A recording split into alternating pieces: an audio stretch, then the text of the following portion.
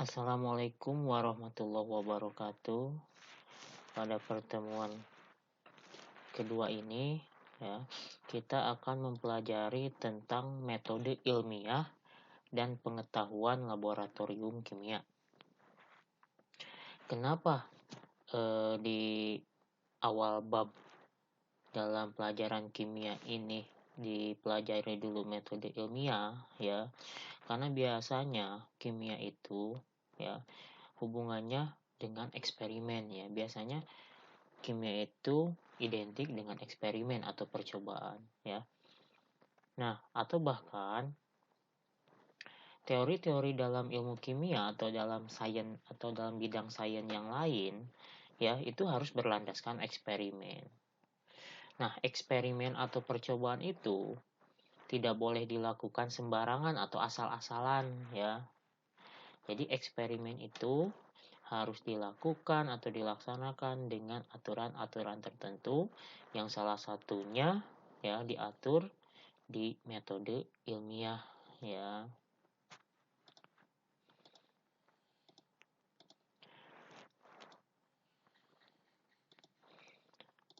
Nah, metode ilmiah adalah langkah-langkah sistematis yang dilakukan oleh para ilmuwan untuk menyelesaikan permasalahan atau menemukan ilmu pengetahuan. Untuk melakukan penelitian dengan metode ilmiah harus memiliki sikap ilmiah dan keterampilan kerja ilmiah, ya. Sikap ilmiah itu diantaranya yang pertama memiliki rasa ingin tahu yang tinggi, kemudian jujur, objektif, tekun, teliti, dan terbuka menerima pendapat atau masukan orang lain, ya. Kemudian rendah hati, lapang dada, toleran, sabar, dan sebagainya. Kemudian yang kedua, keterampilan kerja ilmiah diantaranya, ya, observasi atau pengamatan, pengelompokan atau klasifikasi, kemudian komunikasi dan penafsiran data, kemudian bertanya, ya, itu keterampilan kerja ilmiah, ya. Jadi yang mau melakukan eksperimen berdasarkan metode ilmiah ini harus memiliki sikap ilmiah dan keterampilan kerja ilmiah, ya. Kemudian yang kelimanya merencanakan, ya. Jadi eksperimen itu ya harus direncanakan. Contoh misalkan, ya. Misalkan contohnya adalah setiap ke sekolah, salah satu siswa namanya Roy memperhatikan besi pagar sekolah yang dilaluinya, ya. Ternyata pagar sekolah tersebut di beberapa bagiannya sudah berkarat. Nah, di rumahnya pun, ya, Roy mengamati bahwa di beberapa bagian besi pagar rumah juga sudah berkarat, ya. Namun di dalam rumahnya, Roy mendapati bahwa besi-besi penyangga meja tidak berkarat, ya. Nah, jadi si Roy itu bertanya-tanya, ya, kenapa ada besi yang berkarat, ya, juga kenapa ada besi yang tidak berkarat, ya. Nah, ini contoh gambar pagar yang berkarat, ya. Nah, kemudian dalam pikirannya atau dalam benaknya si Roy itu penasaran, ya, kenapa besi bisa berkarat, ya, kenapa ada sebagian besi tidak berkarat. Oke, bagaimana menerapkan metode ilmiah dari kasus tersebut, ya? Maka misalkan Roy akan melakukan eksperimen, ya, untuk mengetahui penyebab besi berkarat, ya, dan tidak berkarat. Nah, maka harus menggunakan metode ilmiah, ya. Oke. Langkah-langkahnya yang pertama, ya, merumuskan masalah. Nah, Roy ingin tahu apakah yang menyebabkan perkaratan di rumah dan sekolahnya, ya. Jadi rumusan masalah itu, ya, biasanya itu sebuah pertanyaan, apakah, bagaimana, ya. Itu rumusan masalah. Kemudian berikutnya melakukan observasi, ya, atau pengamatan. Oke, ini Roy melakukan pengamatan dan mencari besi mana saja dan besi yang seperti apa yang berkarat, ya. Selain itu juga mencari informasi-informasi yang lain. Berikutnya merumuskan hipotesis. Hipotesis itu dugaan sementara ya. Jadi sebelum melakukan eksperimen, maka kita harus menduga ya, harus memiliki hipotesis. Kira-kira penyebab misalkan besi berkarat itu apa. Nah, Roy menduga bahwa perkaratan disebabkan karena besi terkena sinar matahari yang terlalu panas. Namun hal tersebut belum tentu benar karena bisa saja disebabkan oleh hal lain. Nah, maka itu yang perlu dibuktikan apakah hipotesisnya diterima atau ditolak ya. Nah, kemudian melakukan eksperimen ya. Kemudian si Roy itu melakukan eksperimen. Nah, seperti apa eksperimennya? Ya. Dalam melakukan eksperimen,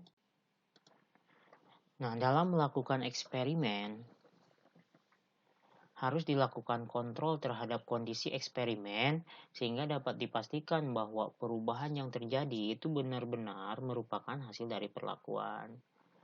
Nah, ada 3 variabel ya dalam eksperimen. Yang pertama variabel bebas. Variabel bebas itu adalah variabel yang apabila diubah oleh pelaku eksperimen akan menyebabkan adanya perubahan terhadap variabel lain ya. Jadi variabel bebas itu diubah-ubah ya. Kemudian yang kedua variabel terikat ya. Variabel terikat itu variabel yang perubahannya disebabkan oleh perubahannya variabel bebas ya. Yang ketiga variabel kontrol. Variabel kontrol itu variabel yang harus dikondisikan sedemikian rupa sehingga dapat dipastikan bahwa berubahnya variabel terikat hanya terjadi akibat adanya perubahan variabel bebas. Jadi variabel kontrol itu biasanya variabel yang dibuat tetap ya, tidak berubah. Oke, misalkan contohnya eksperimen atau percobaan yang dilakukan oleh Roy untuk menjawab kenapa pagar atau besi bisa berkarat, ada juga yang tidak berkarat ya. Oke, percobaannya adalah seperti ini ya. Roy misalkan menggunakan paku. Paku itu terbuat dari besi, misalkan sama dengan pagar ya. Ini ada 5 percobaan. Nah, yang pertama ya, paku dimasukkan ke dalam tabung, kemudian disumbat tapi di dalamnya terdapat udara, kemudian diisi minyak ya. Yang berikutnya ya, diisi air, kemudian ada yang diisi zat pengering dan yang lainnya. Nah, variabel bebasnya di sini adalah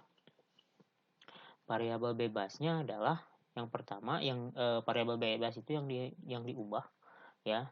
Yang pertama jenis cairan jenis cairan atau jenis zat atau jenis larutan yang dimasukkan paku tadi ya. Ada minyak, kemudian ada air, kemudian bahkan ada yang tidak dimasukkan cairan ya, hanya udara, kemudian ada zat pengering, itu jadi variabel bebas ya, jadi jenis zat. Kemudian yang kedua, yang berikutnya ya, volume ya. Ada yang misalkan volumenya banyak, ada yang volumenya sedikit ya. Itu jadi variabel bebas ya. Jadi variabel bebas itu variabel yang diubah-ubah. Nah, kemudian variabel terikatnya ya, variabel yang perubahannya disebabkan oleh berubahnya variabel bebas. Nah, di sini variabel yang terikatnya itu adalah korosi pada besi ya, atau pada paku.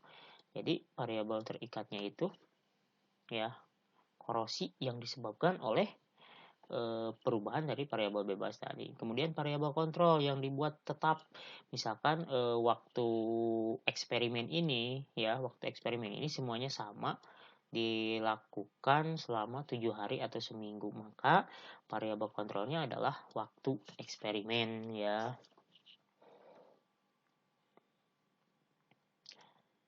Nah, berikutnya ya,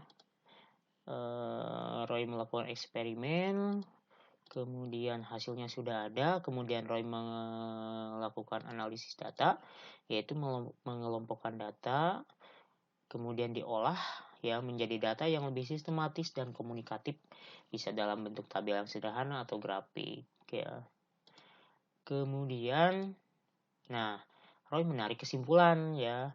Nah, misalkan ya dari hasil eksperimen tadi ya, ternyata yang menyebabkan besi berkarat itu adalah ini adanya oksigen atau udara dan air ya. Dugaan Roy tidak tepat ya, karena dugaan Roy tadi di hipotesis itu adalah penyebab perkaratan itu karena terkena sinar matahari. Ternyata dari hasil eksperimen ya, penyebab perkaratan itu adalah oksigen dan air ya. Maka hipotesis Roy itu ditolak ya, karena hasilnya berbeda. Nah, untuk mempelajari faktor-faktor yang berpengaruh terhadap korosi atau perkaratan ya, itu nanti akan lebih jelas dibahas itu di kelas 12, itu di bab elektrokimia ya. Jadi eksperimen tadi itu justru akan dibahas di kelas 12. Setelah menarik kesimpulan, maka harus dibuat laporan ya. Maka harus dibuat laporan eksperimennya atau laporan berdasarkan hasil eksperimen yang dilakukan oleh Roy.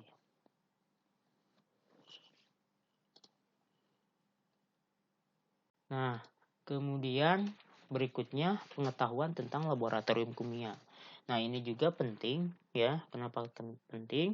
Karena eksperimen atau percobaan ya, itu idealnya atau biasanya itu dilakukan di laboratorium.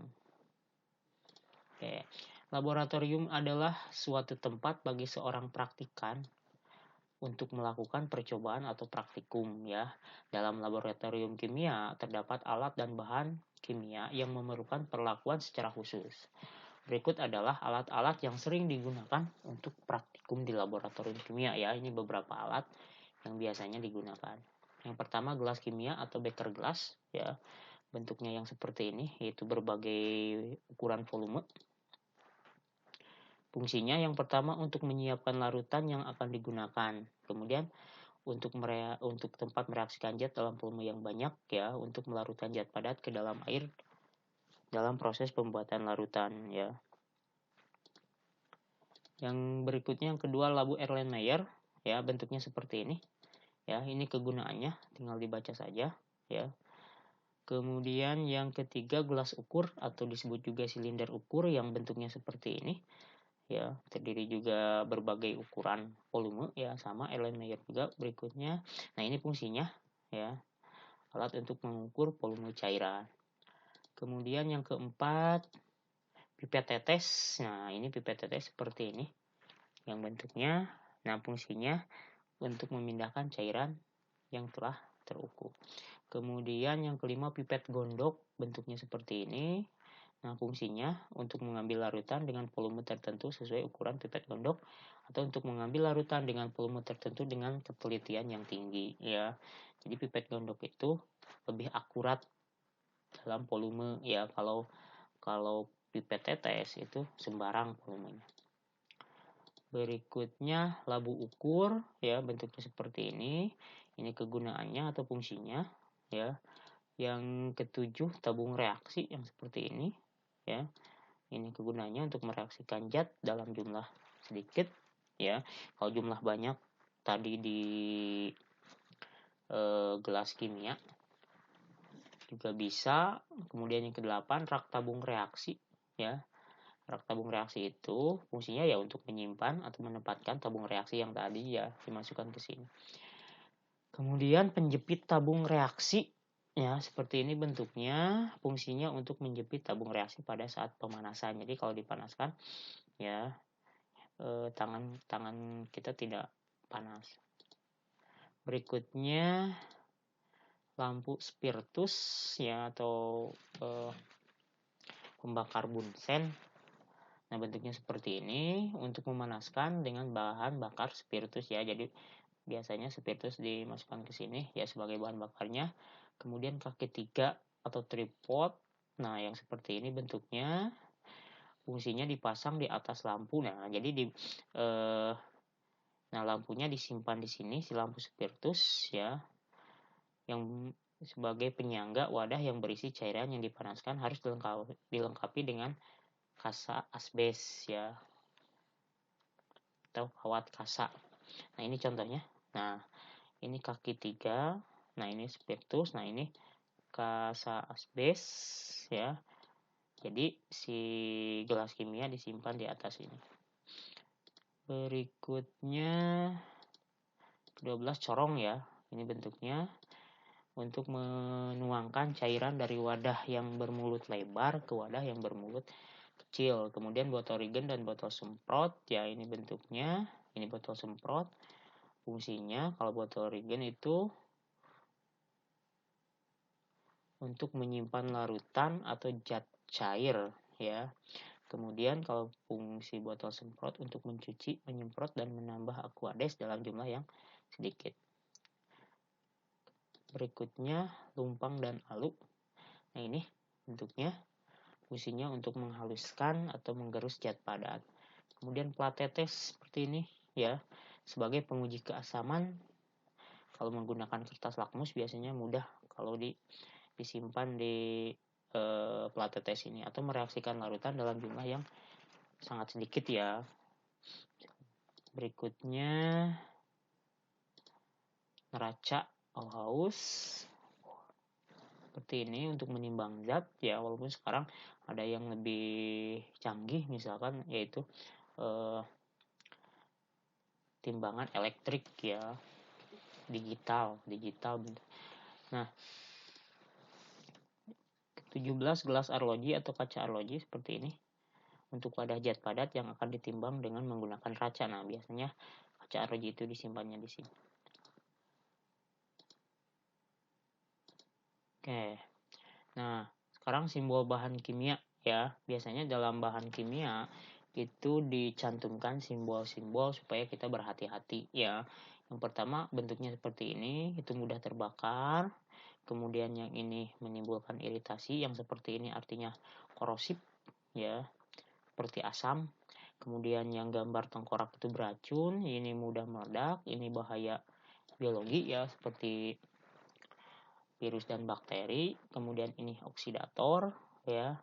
Kemudian ini kalau bentuknya seperti ini berbahaya bagi lingkungan, dan kalau ini berarti zat tersebut bersifat radioaktif ya.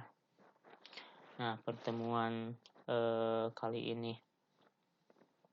dicukupkan sekian ya, nanti dilanjutkan ke teori atom ya. Pertemuan berikutnya tentang teori atom. Assalamualaikum warahmatullahi wabarakatuh.